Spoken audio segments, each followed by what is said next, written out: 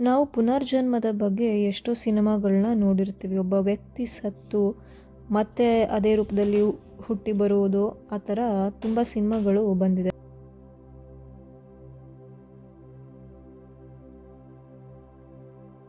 ಇಂದಿನ ವಿಡಿಯೋದಲ್ಲಿ ಪುನರ್ಜನ್ಮ ಅನ್ನೋದು ನಿಜವಾಗ್ಲೂ ಇದೆಯಾ ಅಂತ ತಿಳ್ಕೊಳ್ಳೋ ಪ್ರಯತ್ನ ಮಾಡೋಣ. ಮೊದಲಿಗೆ ಸತ್ಯ ಅಂದ್ರೇನು, ಮಿಥ್ಯ ಅಂದ್ರೇನು ಅಂತ ತಿಳ್ಕೊಳ್ಳೋಣ. ನಮ್ಮ ಅನುಭವಕ್ಕೆ ಬರೋದೆಲ್ಲ ಸತ್ಯ ಅಂತ ಹೇಳೋದಾದರೆ ಭ್ರಮೆನೆಲ್ಲ ಮಿಥ್ಯ ಅಂತ ಹೇಳ್ಬೋದು. ಅದ್ವೈತ ವೇದಾಂತದಲ್ಲಿ 3 ಹಂತಗಳ ಸತ್ಯ ಇದೆ ಅಂತ ಹೇಳ್ತಾರೆ. ಮೊದಲನೇದು ಪಾರಮಾರ್ಥಿಕ ಸತ್ಯ ಅಂದರೆ ಅಬ್ಸಲ್ಯೂಟ್ ರಿಯಾಲಿಟಿ. ಎರಡನೇದು ವ್ಯಾವಹಾರಿಕ ಸತ್ಯ ಅಂದರೆ ಟ್ರಾನ್ಸಾಕ್ಷನಲ್ ರಿಯಾಲಿಟಿ.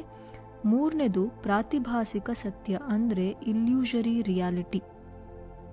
ಪಾರಮಾರ್ಥಿಕ ಸತ್ಯ ಅಂದರೆ consciousness alone is the reality, ಅಂದರೆ ಬ್ರಹ್ಮ ಒಂದೇ ಸತ್ಯ, ಈ ಜಗತ್ತು ಅನ್ನೋದು ಮಿಥ್ಯ ಅಂತ. ಅರೆ, ಜಗತ್ತು ನಾವೆಲ್ಲ ನೋಡ್ತಿದ್ದೀವಿ, ಅನುಭವಿಸ್ತಾನೂ ಇದ್ದೀವಿ, ಇದು ಹೆಂಗೆ ಸುಳ್ಳಾಗಕ್ಕೆ ಸಾಧ್ಯ ಅಂತ ಪ್ರಶ್ನೆ ಬರುತ್ತೆ. ಆಗ ಎರಡನೇ ಹಂತದ ಸತ್ಯವನ್ನು ಹೇಳ್ತಾರೆ, ಅದೇ ವ್ಯಾವಹಾರಿಕ ಸತ್ಯ. ವ್ಯಾವಹಾರಿಕ ಸತ್ಯ ಅಂದರೆ ನಾನು ಇದ್ದೀನಿ, ನನ್ನ ಸುತ್ತಲೂ ಜಗತ್ತಿದೆ, ಸ್ನೇಹಿತರು, ಬಂಧು ಬಳಗ ಎಲ್ಲರೂ ಇದ್ದಾರೆ, ಗಿಡ ಮರ ಪಕ್ಷಿಗಳೂ ಇವೆ, ಇವೆಲ್ಲ ನನ್ನ ಅನುಭವಕ್ಕೆ ಬರ್ತಿದೆಯಲ್ಲ, ಇವರೆಲ್ಲರ ಜೊತೆ ನಾನು ವ್ಯವಹರಿಸ್ತಾ ಇದ್ದೀನಲ್ಲ ಅಂದಾಗ ಹೌದು, ಇದು ವ್ಯಾವಹಾರಿಕ ಸತ್ಯ ಅಂತ ಅದ್ವೈತ ವೇದಾಂತ ಹೇಳುತ್ತೆ. ಅದು ಹೇಗೆ ಪಾರಮಾರ್ಥಿಕ ಸತ್ಯ ಮತ್ತು ವ್ಯಾವಹಾರಿಕ ಸತ್ಯ ಅಂತ ಎರಡೆರಡು ಸತ್ಯ ಇರೋಕ್ಕೆ ಸಾಧ್ಯ? ಸುಳ್ಳಿಗೆ ಹಲವು ಮುಖ, ಆದರೆ ಸತ್ಯ ಯಾವಾಗಲೂ ಒಂದೇ ಅಲ್ವಾ ಅನ್ನೋ ಪ್ರಶ್ನೆ ಬಂದಾಗ ಅದ್ವೈತ ವೇದಾಂತ 3ನೇ ಹಂತದ ಸತ್ಯವನ್ನು ತೋರಿಸುವ ಮೂಲಕ ಈ ಎರಡನೇ ಹಂತವಾದ ವ್ಯಾವಹಾರಿಕ ಸತ್ಯವೂ ಸುಳ್ಳೇ ಅನ್ನೋದನ್ನು ನಿರೂಪಿಸುತ್ತೆ. 3ನೇ ಹಂತದ ಸತ್ಯ ಪ್ರಾತಿಭಾಸಿಕ ಸತ್ಯ. ಅಂದರೆ ನಾವು ಮಲಗಿದ್ದಾಗ ನಮಗೆ ಕನಸು ಬೀಳುತ್ತೆ, ಎಚ್ಚರ ಆಗೋವರೆಗೂ ಅದೇ ಸತ್ಯ ಅಂತ ನಾವು ನಂಬಿರ್ತೀವಿ. ಇಲ್ಲಿ ಕನಸು ಪ್ರಾತಿಭಾಸಿಕ ಸತ್ಯ, ಅಂದರೆ ಎಚ್ಚರವಾಗೋದು ವ್ಯಾವಹಾರಿಕ ಸತ್ಯದಲ್ಲಿ. ವ್ಯಾವಹಾರಿಕ ಸತ್ಯದಲ್ಲಿ ಎಚ್ಚರವಾದಾಗ ಪ್ರಾತಿಭಾಸಿಕ ಸತ್ಯ ಅಂದರೆ ಕನಸು ಸುಳ್ಳು ಅಥವಾ ಮಿಥ್ಯ ಅಂತ ಗೊತ್ತಾಗುತ್ತೆ. ಹಾಗೇನೆ ಪಾರಮಾರ್ಥಿಕ ಸತ್ಯದಲ್ಲಿ ಎಚ್ಚರವಾಗೋ ತನಕ ವ್ಯಾವಹಾರಿಕ ಸತ್ಯವನ್ನೇ ನಾವು ನಿಜ ಅಂತ ಅಂದ್ಕೊಂಡಿರ್ತೀವಿ ಅಂತ ಅದ್ವೈತ ವೇದಾಂತ ಹೇಳುತ್ತೆ.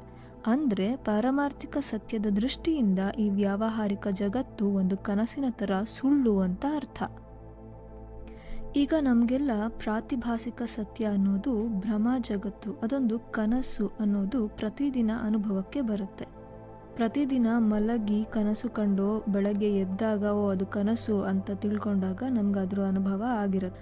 ಹಾಗೇನೆ ಈ ವ್ಯಾವಹಾರಿಕ ಸತ್ಯವನ್ನೇ ನಾವು ಏನು ನಿಜ ಅಂತ ತಿಳ್ಕೊಂಡಿದ್ದೀವಿ ಅದೂ ನಿಜ ಅಲ್ಲ ಅಂತ ವಿಜ್ಞಾನನೇ ಸಾಬೀತು ಮಾಡಿದೆ. ಅದು ಹೇಗೆ ಅಂತ ನೋಡೋಣ. ನಾವು ತಿಳ್ಕೊಂಡಿದ್ದೀವಿ ನಮಗೆ ಅನೇಕ ಜನ್ಮಗಳಿದೆ, ಅನೇಕ ಜನ್ಮಗಳಿಂದ ನಾವು ಹುಟ್ಟುತ್ತಾ ಇದ್ದೀವಿ ನಮ್ಮ ಕರ್ಮ ಫಲಗಳನ್ನು ಅನುಭವಿಸೋಕೆ ಅಂತ ತಿಳ್ಕೊಂಡಿದ್ದೀವಿ. ಒಂದು ಮಗು ಹುಟ್ಟಬೇಕಾದ್ರೆ ಏನೆಲ್ಲ ವೈಜ್ಞಾನಿಕ ವಿಷಯಗಳು ಇರುತ್ತೆ ಅಂತ ನೋಡೋಣ. ನೀವೇನಾದರೂ ಬಯಾಲಜಿ ಓದಿದ್ರೆ ನಿಮಗೆ ಗೊತ್ತಿರುತ್ತೆ, ಒಂದು ಮಗು ಹುಟ್ಟಬೇಕು ಅಂದರೆ ತಂದೆಯ ಒಂದು ಸ್ಪರ್ಮ್ ತಾಯಿಯ ಒಂದು ಎಗ್ನ ಒಳಗೆ ಸೇರಿದಾಗ ಅದು ಝೈಗೋಟ್ ಆಗಿ ಒಂದು ಸಂಪೂರ್ಣವಾದ ಜೀವಕೋಶ ಆಗುತ್ತೆ. ಝೈಗೋಟ್ ಆದ ಜೀವಕೋಶದ ಒಳಗೆ DNA ಇರುತ್ತೆ. ಆ DNAನಲ್ಲಿ ಒಟ್ಟು 46 ಕ್ರೋಮೋಸೋಮ್ಗಳು ಇರುತ್ತೆ. ಅಂದರೆ ತಂದೆಯ ಸ್ಪರ್ಮ್ನ 23 ಕ್ರೋಮೋಸೋಮ್ ಮತ್ತು ತಾಯಿಯ ಅಂಡಾಣುವಿನ 23 ಕ್ರೋಮೋಸೋಮ್ ಸೇರಿ ಒಟ್ಟು 46 ಕ್ರೋಮೋಸೋಮ್ಗಳು ಆಗುತ್ತೆ. ತಂದೆಯ ಸ್ಪರ್ಮ್ನ 23 ಕ್ರೋಮೋಸೋಮ್ಗಳಲ್ಲಿ ತಂದೆಯ ಕಡೆಯಿಂದ ಬರಬಹುದಾದ ಗುಣಲಕ್ಷಣಗಳ ಮಾಹಿತಿ ಇದ್ದರೆ, ತಾಯಿಯ ಅಂಡಾಣುವಿನ 23 ಕ್ರೋಮೋಸೋಮ್ನಲ್ಲಿ ತಾಯಿಯ ಕಡೆಯಿಂದ ಬರಬಹುದಾದ ಗುಣಲಕ್ಷಣಗಳ ಮಾಹಿತಿ ಇರುತ್ತೆ. ಯಾವಾಗ ಒಂದು ತಂದೆಯ ಸ್ಪರ್ಮ್ ತಾಯಿಯ ಅಂಡಾಣುವಿನ ಜೊತೆ ಬೆರೆಯುತ್ತೋ ಆಗ ಕ್ರೋಮೋಸೋಮ್ಗಳು 46 ಆಗುತ್ತೆ. ಅಂದರೆ ತಂದೆ ತಾಯಿಯ ಗುಣಲಕ್ಷಣಗಳು ಬೆರೆತು ಒಂದು ಸಂಪೂರ್ಣ ಜೀವಕೋಶ ಆಗುತ್ತೆ. ಈ 46 ಕ್ರೋಮೋಸೋಮ್ಗಳಲ್ಲಿ ಯಾವ ಗುಣಲಕ್ಷಣಗಳ ಮಾಹಿತಿ ಇರುತ್ತೆ ಅಂದರೆ ಮಗುವಿನ ರೂಪ, ಬಣ್ಣ, ಕೂದಲಿನ ರಚನೆ, ಇಂಥ ಹಲವು ಬಾಹ್ಯ ಲಕ್ಷಣಗಳ ಮಾಹಿತಿಯ ಜೊತೆಗೆ ಆ ಮಗುವು ಬೆಳೆಯುವಾಗ ಅದು ಯೋಚನೆ ಮಾಡುವ ರೀತಿ, ಪ್ರಪಂಚವನ್ನು ನೋಡುವ ದೃಷ್ಟಿ, ಹೀಗೆ ಆಂತರಿಕ ಮಾಹಿತಿಯು ಕೊಂಚ ಇರುತ್ತೆ. 46 ಕ್ರೋಮೋಸೋಮ್ಗಳು ಕೂಡಿರುವಂಥ ಒಂದು ಸಂಪೂರ್ಣ ಜೀವಕೋಶ ಸ್ಪ್ಲಿಟ್ ಆಗಿ 2 ಜೀವಕೋಶ ಆಗುತ್ತೆ, 2 4 ಆಗುತ್ತೆ, 4 8 ಆಗುತ್ತೆ, 8 16 ಆಗುತ್ತೆ. ಹೀಗೆ ಶತಶತ ಕೋಟಿ ಜೀವಕೋಶಗಳಾಗಿ ಒಂದು ಮಗುವು ರಚನೆ ಆಗಿ ಬೆಳೀತಾ ಹೋಗುತ್ತೆ.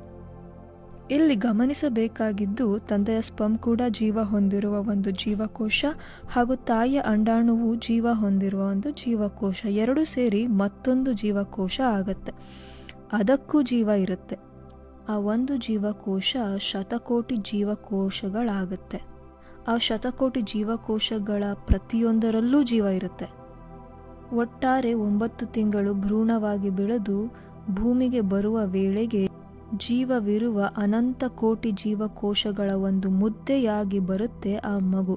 ಅಂದರೆ ಆ ಮಗುವನ್ನು ಆವರಿಸಿರುವುದು ಜೀವವಿರುವ ಅನಂತ ಕೋಟಿ ಜೀವಕೋಶಗಳೇ. ಆದರೂ ಆ ಮಗು ಬೆಳೀತಾ ಬೆಳೀತಾ ಆ ನಾನು ಅನ್ನೋ ಭಾವ, ನಾನೊಬ್ಬ ಅಥವಾ ನಾನೊಬ್ಬಳು ಅನ್ನೋ ಭಾವ ಯಾಕೆ ಬರುತ್ತೆ, ಹೆಂಗೆ ಬರುತ್ತೆ? ನಾವು ಅನಂತ ಕೋಟಿ ಜೀವಕೋಶಗಳು ಅಂತ ಮಗು ಯಾಕೆ ಹೇಳಲ್ಲ? ಆ ಮಗು ಮೈ ತುಂಬ ಇರೋದೆಲ್ಲ ಅನಂತ ಕೋಟಿ ಜೀವಕೋಶಗಳೇ. ಪ್ರತಿಯೊಂದು ಜೀವಕೋಶಗಳಿಗೂ ಜೀವ ಇರುತ್ತೆ. ಆದರೆ ಮಗು ನಾವು ಅನಂತ ಕೋಟಿ ಜೀವಕೋಶಗಳು ಅಂತ ಹೇಳದೆ ನಾನು ಇಂಥವಳು, ನಾನು ಇಂಥವನು ಅಂತ ಒಂದು ಲೆಕ್ಕದಲ್ಲಿ ಮಾತ್ರ ಹೇಳುತ್ತೆ. ನಾನು ಒಬ್ಬ, ನಾನು ಒಬ್ಬಳು ಅನ್ನೋ ಲೆಕ್ಕದಲ್ಲಿ ಮಾತ್ರ ಆ ಮಗು ಯೋಚನೆ ಮಾಡ್ತಾ ಹೋಗುತ್ತೆ. ನಾನು ಒಬ್ಬ ಅಂತ ಏಕೆ ಹೇಳುತ್ತೆ? ಇದಕ್ಕೆ ಉತ್ತರ ನರವಿಜ್ಞಾನ ಅಥವಾ ನ್ಯೂರೋ ಸೈನ್ಸ್ನಲ್ಲಿ ಇದೆ. ಮಾನವನ ಮೆದುಳಿನಲ್ಲಿ ಅನೇಕ ಭಾಗಗಳಿರುತ್ತವೆ. ಅದರಲ್ಲಿ ಮೀಡಿಯಲ್ ಪ್ರಿಫ್ರಂಟಲ್ ಕಾರ್ಟೆಕ್ಸ್ ಇದು ಏನು ಮಾಡುತ್ತೆ ಅಂದರೆ, ಇದು ಸದಾ ನಮ್ಮ ಬಗ್ಗೆನೇ ಯೋಚನೆ ಮಾಡೋ ಹಾಗೆ ಮಾಡುತ್ತೆ. ಯಾವಾಗಲೂ ನಾನು ಮಾಡ್ತಾ ಇರೋದು ಸರಿ ಇದೆಯಾ, ನಾನು ಚೆನ್ನಾಗಿ ಕಾಣ್ತಾ ಇದ್ದೀನಾ, ನಾನು ಮಾತಾಡೋ ರೀತಿ ಚೆನ್ನಾಗಿದೆಯಾ, ಹೀಗೆ. ಆಮೇಲೆ ಬೇರೆಯವರು ನನ್ನ ಬಗ್ಗೆ ಏನು ಯೋಚನೆ ಮಾಡ್ತಾರೆ ಅಂತ ಇಮ್ಯಾಜಿನ್ ಮಾಡೋದು. ವಾಟ್ಸ್ಯಾಪಲ್ಲಿ ಅಥವಾ ಇನ್ಸ್ಟಾಗ್ರಾಮಲ್ಲಿ ಸ್ಟೇಟಸ್ ಹಾಕಿದರೆ ಎಷ್ಟು ಜನ ನೋಡಿದ್ರು, ಅವ್ರು ನನ್ನ ಬಗ್ಗೆ ಏನಂತ ಯೋಚನೆ ಮಾಡಿದ್ರು ಅಂತ ಇಮ್ಯಾಜಿನ್ ಮಾಡೋದು. ಹೀಗೆ ಮಾಡ್ತಾ ಇರುತ್ತೆ ಮೀಡಿಯಲ್ ಪ್ರಿಫ್ರಂಟಲ್ ಕಾರ್ಟೆಕ್ಸ್. ಮತ್ತು ಇದು ಸೆಲ್ಫ್ ಇಮೇಜ್ನ ಬಿಲ್ಡ್ ಮಾಡ್ತಾ ಹೋಗುತ್ತೆ. ಹೇಗೆ ಸೆಲೆಬ್ರಿಟಿಗಳಿಗೆ ಒಂದು ಇಮೇಜ್ ಅಂತ ಇರುತ್ತೋ ಹಾಗೆ ಪ್ರತಿಯೊಬ್ಬರೂ ಅವರವರ ಜೀವನದಲ್ಲಿ ಹೀರೋಯಿನ್ ಆಗಿನೇ ಅವರ ಬಗ್ಗೆ ಸೆಲ್ಫ್ ಇಮೇಜ್ ಬಿಲ್ಡ್ ಮಾಡ್ತಾ ಇರ್ತಾರೆ. ಆ ಪ್ರೋಸೆಸ್ ನಡೆಯೋದು ಈ ಮೆಡಿಯಲ್ ಪ್ರಿಫ್ರಂಟಲ್ ಕಾರ್ಟೆಕ್ಸಲ್ಲಿ. Next posterior cingulate cortex. ಈ ಮೆದುಳಿನ ಭಾಗದಲ್ಲಿ ಪದೇ ಪದೇ ನಡೆದು ಹೋದ ಭೂತಕಾಲದ ಘಟನೆಗಳ ಬಗ್ಗೆ ಯೋಚನೆ ಮಾಡೋದು. ಉದಾಹರಣೆಗೆ, ನಾನು ಅವತ್ತು ಅವರಿಗೆ ಸರಿಯಾದ ಉತ್ತರ ಕೊಟ್ಟೆ ಅಂತ ಏನೋ ಒಂದು ಯೋಚನೆ ಮಾಡೋದು, ಹಳೆದನ್ನು ನೆನಪಿಸ್ಕೊಂಡು. ಇಲ್ಲಾಂದರೆ ನಾನು ಆ ದಿನ ಅವರಿಗೆ ಸಹಾಯ ಮಾಡದಿದ್ದರೆ ಅವ್ರ ಗತಿ ಏನಾಗ್ತಾ ಇತ್ತೋ ಏನೋ ಅಂತ ನಮ್ಮ ಬಗ್ಗೆ ನಾವು ಒಂದು ಹೆಮ್ಮೆ ಪಡೋಂಥರ ಒಂದು ಯೋಚನೆ ಮಾಡೋದು. ನಾನು ಅಂದು ಹಾಗೆ ಬೈಬಾರ್ದಾಗಿತ್ತು ಅವರಿಗೆ ಅಂತ ಒಂದು ಪಶ್ಚಾತ್ತಾಪ ಥರದ್ದೇನೋ ಒಂದು ಯೋಚನೆ ಮಾಡೋದು. ಇಲ್ಲಾಂದರೆ ನನಗೆ ಅವರು ಅಷ್ಟು ಅವಮಾನ ಮಾಡಿದ್ರಲ್ಲ ಅವತ್ತು ಅಂತ ಮತ್ತಿಂದ ಯಾವುದೋ ಘಟನೆನ ಯೋಚನೆ ಮಾಡ್ತಾ ಕೊರಗೋದು. ಹೀಗೆ ನಡೆದು ಹೋದ ಘಟನೆಗಳ ಜೊತೆ ಆ ಕಾಲ್ಪನಿಕವಾದ ನಾನುವನ್ನು ಅಟ್ಯಾಚ್ ಮಾಡಿ ಯೋಚನೆಗಳನ್ನು ಮಾಡೋದು ನಡೆಯುತ್ತೆ. ಮತ್ತು ಪದೇ ಪದೇ ಫ್ಯೂಚರ್ನ ಬಗ್ಗೆ ಕನಸು ಕಾಣೋದು ಇಲ್ಲೇ ನಡೆಯೋದು. ಉದಾಹರಣೆಗೆ, ನಾನು ಇನ್ನು 2 ವರ್ಷದಲ್ಲಿ ಒಂದು ಒಳ್ಳೆ ಕಾರ್ ತೊಗೊಂಡು ಓಡಿಸ್ತಾ ಇರ್ತೀನಿ ಅಂತ ಯೋಚನೆ ಮಾಡೋದು. ಇಲ್ಲಾಂದರೆ ನಾನು ಮುಂದೆ ಒಂದಿನ ವಿದೇಶಕ್ಕೆ ಟ್ರಿಪ್ ಹೋಗ್ತೀನಿ ಅಂತ ನಮ್ಮ ದೇಹನ ಒಂದು ಯಾವುದೋ ಒಂದು ಬೇರೆ ದೇಶದಲ್ಲಿ ಓಡಾಡ್ತಾ ಇರೋ ಹಾಗೆ ಕಲ್ಪನೆ ಮಾಡೋದು. ಹೀಗೆ ಮುಂದೆ ಭವಿಷ್ಯದ ಬಗ್ಗೆ ಕೆಲವು ಕಲ್ಪನೆಗಳನ್ನು ಮಾಡಿ ಅದಕ್ಕೆ ನಾನುವನ್ನು ಅಟ್ಯಾಚ್ ಮಾಡಿ ಕನಸು ಕಾಣ್ತಾ ಕೂರೋದು. ಒಟ್ಟಲ್ಲಿ ಭೂತಕಾಲ ಮತ್ತು ಭವಿಷ್ಯತ್ ಕಾಲ ಅಂತ ಒಂದು ಕಾಲ್ಪನಿಕವಾದ ಸಮಯನ ಸೃಷ್ಟಿ ಮಾಡಿಕೊಂಡು ನಿರಂತರವಾಗಿ ಗುರಿ ಇಲ್ಲದೆ ಯಾವತ್ತಿಗೂ ಮುಗಿದೇ ಇರೋವಂಥ ಒಂದು ಕಥೆನ ಹೆಣಿತಾ ಕೂರೋದು. 3ನೇದು ಪ್ರೆಕ್ಯೂನಿಯಸ್. ಈ ಭಾಗದಲ್ಲಿ ಏನಾಗುತ್ತೆ, ಪ್ರಜ್ಞೆ ಅಥವಾ ಕಾನ್ಷಿಯಸ್ ಆಗಿ ಇರೋದು. ಅಂದರೆ ತಿನ್ನುವಾಗ ನಾನು ಇಂತಹ ಪದಾರ್ಥ ತಿಂತಾ ಇದ್ದೀನಿ ಅಂತ ಪ್ರಜ್ಞಾಪೂರ್ವಕವಾಗಿ ತಿನ್ನೋದು, ಮಾತಾಡುವಾಗ ಇಂತಹ ಮಾತುಗಳನ್ನ ಆಡ್ತಾ ಇದ್ದೀನಿ ಅಂತ ಪ್ರಜ್ಞಾಪೂರ್ವಕವಾಗಿ ಮಾತನಾಡೋದು. ಈ ಭಾಗದಲ್ಲಿ ಈ ಪ್ರಕ್ರಿಯೆ ನಡೀತಾ ಇರುತ್ತೆ. 4ನೇದು ಆ್ಯಂಗ್ಯುಲರ್ ಗೈರಸ್. ಭಾಷೆ ಮತ್ತು ಅಂಕಿ ಅಂಶಗಳಿಂದ ನಾನುವನ್ನು ಸೇರಿಸಿಕೊಂಡು ಯೋಚಿಸೋದು. ಇವನ್ನು ಒಟ್ಟಾರೆ ಸೇರಿ DMN ಡಿಫಾಲ್ಟ್ ಮೋಡ್ ನೆಟ್ವರ್ಕ್ ಅಂತ ಕರೀತಾರೆ. ಯಾವಾಗ ಮನಸ್ಸಲ್ಲಿ ಹೀಗೆ ಹಲವಾರು ಗುರಿ ಇಲ್ಲದ ಯೋಚನೆಗಳು ಹರಿದಾಡ್ತಾ ಇರುತ್ತೋ ಆಗ ಈ DMN ಆಕ್ಟಿವ್ ಆಗಿದೆ ಅಂತ ಅರ್ಥ. ಈ DMN ಏನು ಮಾಡುತ್ತೆ ಅಂದರೆ, ಇದು ನಾನುವಿನ ಬಗ್ಗೆ ಕತೆ ಹೆಣಿತಾ ಹೋಗುತ್ತೆ. ನಾನು ಅನ್ನೋ ಒಂದು ಮಿಥ್ಯವಾದ ಭಾವನೆಯನ್ನು ಹಿಡ್ಕೊಂಡು ಇದು ನಿರಂತರವಾಗಿ ಕತೆಗಳನ್ನ ಸೃಷ್ಟಿ ಮಾಡ್ತಾನೆ ಇರುತ್ತೆ. ಮನಸ್ಸಲ್ಲಿ ಫ್ಯೂಚರ್ ಬಗ್ಗೆ ಒಂದು ಚಿತ್ರನ ಕಲ್ಪಿಸಿ, ನಾನು ಫ್ಯೂಚರ್ನಲ್ಲಿ ಹೀಗೆ ಇರ್ತೀನಿ, ಇಂಥದ್ದು ಮಾಡ್ತಾ ಇರ್ತೀನಿ ಅಥವಾ ಇಂಥದ್ದು ಮಾಡಬೇಕು ಅಂತ ಕತೆ ಹೆಣಿಯೋದು. ಇಲ್ಲ ಅಂದರೆ ಪಾಸ್ಟಲ್ಲಿ ನಾನು ಹೀಗಿದ್ದೆ, ಇಂಥದ್ದು ಮಾಡ್ತಾ ಇದ್ದೆ ನಾನು ಅಂತ ಕತೆನ ಸೃಷ್ಟಿ ಮಾಡೋದು. ಒಟ್ಟಿನಲ್ಲಿ ಭೂತ ಭವಿಷ್ಯ ಅನ್ನೋ ಒಂದು ಕಾಲ್ಪನಿಕ ಸಮಯವನ್ನು ಸೃಷ್ಟಿ ಮಾಡಿ ನಿರಂತರವಾಗಿ ಕತೆಗಳನ್ನ ಹೇಳ್ತಾನೆ ಹೋಗುತ್ತೆ ಈ DMN. ಇದರಲ್ಲಿ ನಮಗೇನು ಅರ್ಥ ಆಗುತ್ತೆ ಅಂದರೆ, ನಮ್ಮ ಮೆದುಳಿನಲ್ಲಿರುವ ಕೆಲವು ಭಾಗಗಳು ಅದಕ್ಕೆ ಸುಮ್ಮನೆ ಇರೋಕ್ಕಾಗದೆ ನಿರಂತರವಾಗಿ ನಾನು ಅನ್ನುವ ಈಗೋನ ಇಟ್ಕೊಂಡು ಭೂತ ಭವಿಷ್ಯ ಅನ್ನೋ ಕಾಲ್ಪನಿಕ ಸಮಯದಲ್ಲಿ ನಿರಂತರವಾಗಿ ಕತೆಗಳನ್ನ ಹೇಳ್ತಾ ಇದ್ದಾವೆ. ಅವು ಹೇಳ್ತಿರೋ ಕತೆನ ನಾನು ನಿಜ ಅಂತ ನಂಬ್ತಾ ಇದ್ದೀನಿ ಅಂತ. ಹಾಗಾಗಿ ಭೂತಕಾಲದ ಬಗ್ಗೆ ನಾನು ಈ ನಿರ್ಧಾರ ತಗೋಬಾರ್ದಿತ್ತು, ಅಯ್ಯೋ ಹೀಗೆ ಮಾಡಿದರೆ ಚೆನ್ನಾಗಿರ್ತಾ ಇತ್ತು ಅಂತ ಪಶ್ಚಾತ್ತಾಪ ಪಡ್ತಾನೋ, ಇಲ್ಲ ಭವಿಷ್ಯ ಕಾಲದ ಬಗ್ಗೆ ಅಯ್ಯೋ ಹಿಂಗೆ ಆಗ್ಬಿಟ್ರೆ ಏನು ಮಾಡೋದು, ನಾನು ಅಂದ್ಕೊಂಡಂಗೆ ಆಗಿಲ್ಲ ಅಂದರೆ ಏನು ಮಾಡೋದು ಅಂತ ಭಯ ಪಡ್ತಾನೋ, ಸದಾಕಾಲ ಅದೇ ಚಿಂತೆಯಲ್ಲಿ ಇರೋ ಹಾಗೆ ಮಾಡ್ತಿರೋದೇ ಈ DMN. ಮಾನವನ ದುಃಖದ ಮೂಲ ಕಾರಣನೇ ಈ DMN. ಪ್ರಾಣಿ ಪಕ್ಷಿಗಳಲ್ಲಿ ಮೆದುಳಿನ ವಿಕಸನ ಮನುಷ್ಯನಂತೆ ಮುಂದುವರೆದಿಲ್ಲದ ಕಾರಣ ಅವುಗಳಲ್ಲಿ DMN ಅಷ್ಟಾಗಿ ಆಕ್ಟಿವ್ ಆಗಿರೋದಿಲ್ಲ. ಹಾಗಾಗಿ ಅವುಗಳಿಗೆ ಭೂತ ಭವಿಷ್ಯ ಎಂಬ ಕಾಲದ ಅರಿವೇ ಇಲ್ಲ. ಅವು ಯಾವಾಗಲೂ ಪ್ರೆಸೆಂಟ್ ಮೂಮೆಂಟ್ ಅಂದರೆ ಈ ಕ್ಷಣದಲ್ಲಿ ವರ್ತಮಾನದಲ್ಲಿ ಮಾತ್ರ ಬದುಕುತ್ತಾ ಇರ್ತವೆ. ಹಾಗಾಗಿ ಮಾನವರಲ್ಲಿ ಕಂಡು ಬರುವಂಥ ಮನೋರೋಗ ಪ್ರಾಣಿಗಳಲ್ಲಿ ಇರೋದಿಲ್ಲ. ಪ್ರಾಣಿ ಪಕ್ಷಿಗಳು ಯಾವತ್ತೂ ಡಿಪ್ರೆಷನ್ಗೆ ಹೋಗೋದಿಲ್ಲ. ಇಷ್ಟು ತಿಳ್ಕೊಂಡ್ಮೇಲೆ ಗೊತ್ತಾಗಿರುತ್ತೆ, ವ್ಯಾವಹಾರಿಕ ಸತ್ಯದಲ್ಲಿ ನಾನು, ನನ್ನದು, ನನ್ನ ತಂದೆ, ನನ್ನ ತಾಯಿ, ನನ್ನ ಸ್ನೇಹಿತರು, ಬಂಧು ಬಳಗ ಅಂತ ನಿರಂತರವಾಗಿ ನಾನು ಅನ್ನು ಇಟ್ಕೊಂಡು ಕತೆ ಸೃಷ್ಟಿಸ್ತಾ ಇರೋದು ಈ DMN. ಅಂದರೆ ಸತ್ಯವಾಗಿಯೂ ನಾನು ಅನ್ನೋದು ಇಲ್ಲವೇ ಇಲ್ಲ. ಇದೆಲ್ಲ ಈ DMN ಸೃಷ್ಟಿ ಮಾಡ್ತಾ ಇರುವಂಥ ಕಾಲ್ಪನಿಕ ಜಗತ್ತು. ಹೇಗೆ ಹೆಚ್ಚಾಗಿರೋ ಈ DMN ಆ್ಯಕ್ಟಿವಿಟಿಯಿಂದ ಮನುಷ್ಯನಿಗೆ ದುಃಖ ಹೆಚ್ಚಾಗುತ್ತೋ ಅದೇ ರೀತಿ ಈ DMN ಆ್ಯಕ್ಟಿವಿಟಿಯಿಂದ ಒಳ್ಳೇದು ಕೂಡ ಆಗುತ್ತೆ.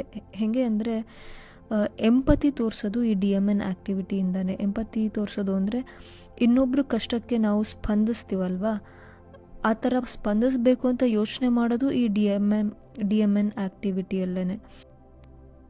ಅಷ್ಟೇ ಅಲ್ಲದೆ ಮುಂಚೆ ಆಗಿರೋ ಎಕ್ಸ್ಪೀರಿಯನ್ಸ್ ಮೇಲೆ ನಾವು ಬೇರೆ ಏನಾದರೂ ಒಂದು ಡಿಸಿಷನ್ ತೊಗೋಬೇಕು ಫ್ಯೂಚರಲ್ಲಿ ಅಂದ್ರೂ ನಮಗೆ DMN ಆ್ಯಕ್ಟಿವಿಟಿ ತುಂಬ ಹೆಲ್ಪ್ ಆಗುತ್ತೆ. ಅದು ನಮಗೆ ಹಿಂದೆ ಈ ಥರ ಆಗಿತ್ತು ಅಂತ ನೆನಪಿಲ್ಲ ಅಂದರೆ ಫ್ಯೂಚರಲ್ಲಿ ಮತ್ತೆ ನಾವು ಆ ತಪ್ಪು ರಿಪೀಟ್ ಮಾಡೋ ಚಾನ್ಸ್ ಇರುತ್ತೆ. ಹಾಗಾಗಿ DMN ಆ್ಯಕ್ಟಿವ್ ಆಗಿರೋದ್ರಿಂದ ಈ ಥರ ತಪ್ಪು ಮುಂದೆ ಆಗೋದು ತಪ್ಪುತ್ತೆ. ಹಾಗಾಗಿ ಇದು ಒಳ್ಳೆಯದು ಕೂಡ ಮಾಡುತ್ತೆ. ಆದರೆ ಅತಿಯಾದ DMN ಆ್ಯಕ್ಟಿವಿಟಿಯಿಂದ ಮನುಷ್ಯನಿಗೆ ದುಃಖನೇ ಜಾಸ್ತಿ. ಆದರೆ ಮನುಷ್ಯರಾಗಿರೋ ನಾವೇನು ಮಾಡ್ತೀವಿ, ಎಷ್ಟು ಬೇಕೋ ಅಷ್ಟು DMN ಆ್ಯಕ್ಟಿವಿಟಿನ ನಮ್ಮ ಕಂಟ್ರೋಲ್ನಲ್ಲಿ ನಾವು ಇಟ್ಕೊಳ್ದೆ DMNನ ಕಂಟ್ರೋಲ್ನಲ್ಲೇ ನಾವಿರ್ತೀವಿ ಯಾವಾಗ್ಲೂ. ಸೊ ಹಾಗಾಗಿ ದುಃಖ ಕಡಿಮೆ ಆಗಬೇಕು ಅಂದರೆ DMN ಆ್ಯಕ್ಟಿವಿಟಿ ಕಡಿಮೆ ಆಗಬೇಕು. ಅದಕ್ಕೆ ಯೋಗಿಗಳು ಅಥವಾ ಸನ್ಯಾಸಿಗಳು ಏನು ಮಾಡ್ತಾರೆ, ಅವರು ಮೆಡಿಟೇಷನ್ ಅಥವಾ ಧ್ಯಾನ ಮಾಡೋ ಮೂಲಕ ಈ DMN ಆ್ಯಕ್ಟಿವಿಟಿನ ಕಡಿಮೆ ಮಾಡ್ಕೋತಾರೆ. ಧ್ಯಾನದಲ್ಲಿ ಒಂದು ಇಷ್ಟ ದೇವರ ನಾಮ ಜಪವನ್ನು ಮಾಡ್ತಾನೋ ಇಲ್ಲ ಬರೀ ಓಂ ಮಂತ್ರವನ್ನೇ ಫೋಕಸ್ ಮಾಡಿ ಉಚ್ಚಾರ ಮಾಡೋ ಮೂಲಕ DMN ಆ್ಯಕ್ಟಿವಿಟಿನ ಕಡಿಮೆ ಮಾಡ್ಕೋತಾರೆ. ಆದರೆ ಸಾಮಾನ್ಯ ಜನರಾದಂಥ ನಾವು ಹೇಗೆ ಈ DMN ಆ್ಯಕ್ಟಿವಿಟಿನ ಕಡಿಮೆ ಮಾಡ್ಬೋದು ಅಂದರೆ, ದಿನನಿತ್ಯ ನಾವು ಏನು ಕೆಲಸ ಮಾಡ್ತಾ ಇರ್ತೀವೋ, ಅಂದರೆ ಬೆಳಗ್ಗೆ ಎದ್ದಾಗಿಂದ ಹಿಡಿದು ಆ ದಿನ ರಾತ್ರಿ ಮಲಗೋವರೆಗೂ DMN ಸ್ಟೋರಿ ಹೇಳ್ತಾನೆ ಇರುತ್ತಲ್ಲ, ನಾನು ಅದು ಮಾಡಿದೆ, ನಾನು ಇದು ಮಾಡಿದೆ, ನಾನು ನೆನ್ನೆ ಇಷ್ಟು ಕೆಲಸ ಮುಗಿಸಿದೆ, ಇವತ್ತು ನಾನು ಈ ಕೆಲಸ ಮಾಡಬೇಕು, ನಾನು ಇವತ್ತು ಗದ್ದೆಗೆ ಹೋಗಿ ನಾಟಿ ಮಾಡಬೇಕು ಅಂತ ರೈತ ಯೋಚನೆ ಮಾಡೋದು. ಅಥವಾ ಕಾರ್ಪೊರೇಟ್ ಜಾಬಲ್ಲಿರೋರು ನಾನಿವತ್ತು ಟ್ರಾಫಿಕಲ್ಲಿ ಹೋಗಿ ಆಫೀಸ್ ಸೇರ್ಕೋಬೇಕು ಅಂತ ಈ ಕಾಲ್ಪನಿಕವಾದ ಏನು ಈ DMN ಅಟ್ಯಾಚ್ ಮಾಡ್ತಿದೆಯೋ ಆ ನಾನುವನ್ನು ಈ ಸ್ಟೋರಿಯಿಂದ ನಾವು ತೆಗಿಬೇಕು. ಹಾಗೆ ಮಾಡಿದಾಗ ಏನಾಗುತ್ತೆ, ನಾನು ನಿನ್ನೆ ಇಷ್ಟು ಕೆಲಸ ಮುಗಿಸ್ದೆ ಅನ್ನೋದು ನಿನ್ನೆ ಇಷ್ಟು ಕೆಲಸ ಮುಗ್ದಿತ್ತು, ಇವತ್ತು ಇಷ್ಟು ಕೆಲಸ ಆಗಬೇಕಾಗಿದೆ ಅಂತ ಚೇಂಜ್ ಆಗುತ್ತೆ. ಮತ್ತು ನಾನು ಗದ್ದೆಗೆ ಹೋಗಿ ನಾಟಿ ಮಾಡಬೇಕು ಅಂತಿದ್ದಿದ್ದು ಇವತ್ತು ಗದ್ದೆಯಲ್ಲಿ ನಾಟಿ ಮಾಡೋ ಕೆಲಸ ಆಗಬೇಕಾಗಿದೆ ಅಂತ ಚೇಂಜ್ ಆಗುತ್ತೆ. ಮತ್ತು ಇವತ್ತು ಟ್ರಾಫಿಕ್ ದಾಟಿ ಆಫೀಸ್ ಸೇರೋ ಕೆಲಸ ಆಗಬೇಕಾಗಿದೆ ಅಂತ ಬದಲಾಗ್ತಾ ಹೋಗುತ್ತೆ. ಯಾವಾಗ ನಾನು ಅನ್ನುವ ಕಾಲ್ಪನಿಕ ಕ್ಯಾರೆಕ್ಟರ್ ಕಥೆಯಿಂದ ತೆಗೆಯಲ್ಪಡುತ್ತೋ ಆಗ ನಾನು ಮಾಡ್ತಾ ಇದ್ದೀನಿ ಅನ್ನೋ ಟೆನ್ಷನ್ನು, ಸ್ಟ್ರೆಸ್, ಬರ್ಡನ್ ತಾನಾಗಿ ಕಡಿಮೆ ಆಗ್ತಾ ಹೋಗುತ್ತೆ. ಅಂದರೆ ಕೆಲಸ ಆಗ್ತಾ ಇರುತ್ತೆ, ಆದರೆ ಅದನ್ನು ನಾನು ಮಾಡ್ತಾ ಇಲ್ಲ ಅಂತ ಅರ್ಥ ಮಾಡ್ಕೋಬೇಕಾಗತ್ತೆ. ಉದಾಹರಣೆಗೆ, ಒಬ್ಬ ಚಿತ್ರಕಲೆಗಾರ ಸತತ 1 ವಾರಗಳ ಕಾಲ ಬಹಳ ಕಷ್ಟಪಟ್ಟು ಒಂದು ಅದ್ಭುತವಾದ ಚಿತ್ರವನ್ನು ಬರಿತಾನೆ.